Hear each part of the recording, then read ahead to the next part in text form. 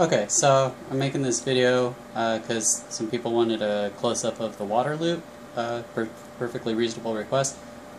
So I'm going to start here at the back. This here is the Phobia radiator, 120 millimeter, that cools the video card. I've got a little filler tube up here at the top. Also lets some of the air out, so that way that the bubbles stay out of the liquid cooling loop.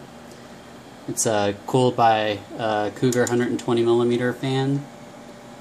The water goes in and out through the bottom of the radiator. This is the out tube, which goes on the bottom down here to the pump. The pump goes up here into the video card liquid cooling block. It goes through the block and then out of the block back into the radiator. Pretty straightforward there, very simple little loop just for the video card. Now for the CPU, this is the cold water side of the CPU. The CPU water comes out of the block into the reservoir here. Goes back out the bottom of the reservoir into the cooling blocks that are in the drive bays. Down here on the bottom, this is the hot water reservoir.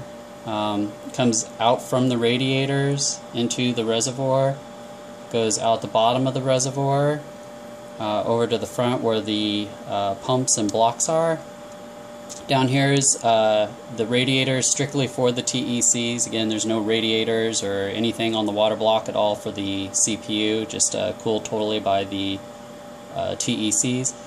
There's 6 120 millimeter fans, Cougars.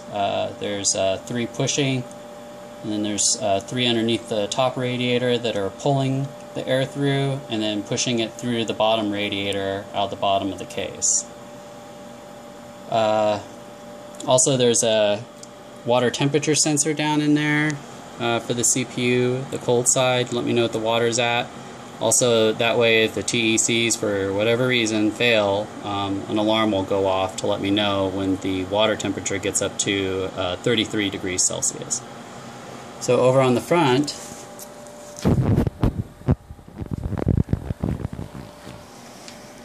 here we have the TEC cooling blocks, and the hot blocks also. This is the cold side. You can see, if you look kind of real close there, there's condensation on there. You can see it. Fortunately, only on the blocks here is where I get the condensation, because the CPU runs warm enough to get rid of the condensation by the time it gets up to that block. Anyway, yeah, there's the 3 TECs in there, held together by old Thermaltake clamp that I had for my first water cooling block I got way back when. And then these clamps came with these little blocks. I just used 2 of them to sandwich them together this way so they're lined up, and then the Thermaltakes go this way, so it's sandwiched on all corners really. Here's the CPU pump, Swift Tech pump, and then under here, down here, this is the TEC pump. And then you can see the temperature sensor back there, and then the temperature sensor up here, the readout there. Now if you want to look at the screen there, this is just the BIOS screen. You can see the CPU temperature sensor says 18 degrees Celsius, 64 degrees Fahrenheit. The system temperature, 2 below that, says that it's 36, 37 degrees Celsius, 96, 98 degrees Fahrenheit.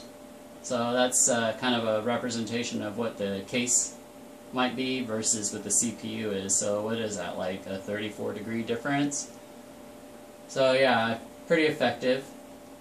And then stay tuned if you want more information. I'll show you some core temp measurements.